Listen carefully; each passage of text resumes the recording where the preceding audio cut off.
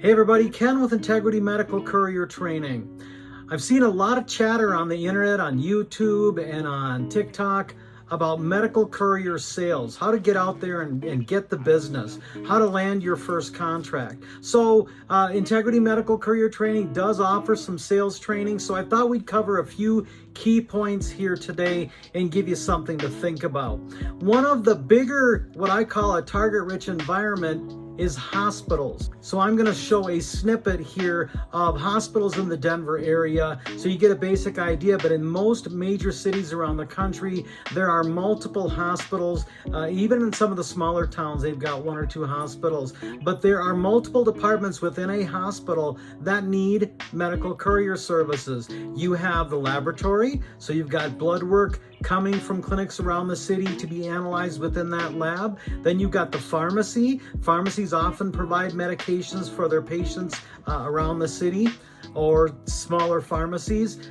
Blood banks provide blood for surgical centers around the area, and supply departments. So most hospitals would be affiliated with a group of clinics in your city, and you might be picking up supplies from the central hospital and delivering them to different clinics around the city. X-rays, radiology is a shrinking market because of digitization, but you still may be required to transport hard copies of X-rays from the central hospital to a clinic somewhere in the city. And then you have medical records. People are still transporting medical records, so our HIPAA training would come in really handy in helping you understand the importance of maintaining HIPAA compliance while transporting medical records. Some other things to think about: training first. I can't stress to you how important it is that you're properly trained before you go out and try and sell your services to hospitals in your city. Back in the day when I worked at Lufkin Medical Labs in downtown Minneapolis, several times I would see courier companies coming off the street and go in and talk to our manager of the courier department there, and they would say things like, "I'm here from Acme Couriers and we want to deliver your stuff." Not impressive. You've got to have some basic medical terminology down and have an understanding of what it is that you're transporting. So go on the website of that hospital and find out what services their lab actually does. You'll get lots more education on specific types of specimens in our training program. We have a bloodborne pathogen awareness, specimen transport, and HIPAA training program. Hazardous drugs transport. If you're transporting chemotherapy medications for your hospital client, you need proper training on how to handle and transport that. It is a very dangerous substance. It could be cancer causing if you're exposed to it, and so we want to make sure you're properly trained on that. Nuclear medicine. Some medical facilities actually need you to transport nuclear medicine. We provide training for that as well. Another important issue to consider is the size and type of vehicles that you might need in servicing a hospital. Years ago, we secured a small client in our city. Actually, they had 14 branches and a central laboratory, so they weren't all that terribly small.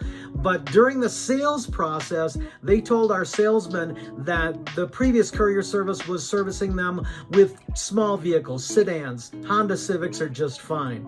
First day on the job, we realized that that was not true at all, and you needed pickup trucks at the very least with toppers. So make sure that when you're in sales meetings that you determine what size vehicles are needed to do the job. That's really important. Another thing to consider is billing cycles. Make sure you're crystal clear on your expectations on how soon you want to get paid. Some facilities will want to stretch you out 30, 45, 90, or 120 days. And I don't know about you, but most small courier companies don't have a lot of money sitting in their bank account. Those first couple payment cycles can be tough. So make sure you're clear on that. Just another thought about the importance of training for couriers that are servicing hospitals and labs. Remember, people's lives are at stake, whether it's pharmaceutical deliveries or lab deliveries. You don't want to go into a hospital system and cause all sorts of chaos and damage to the patients or the facility.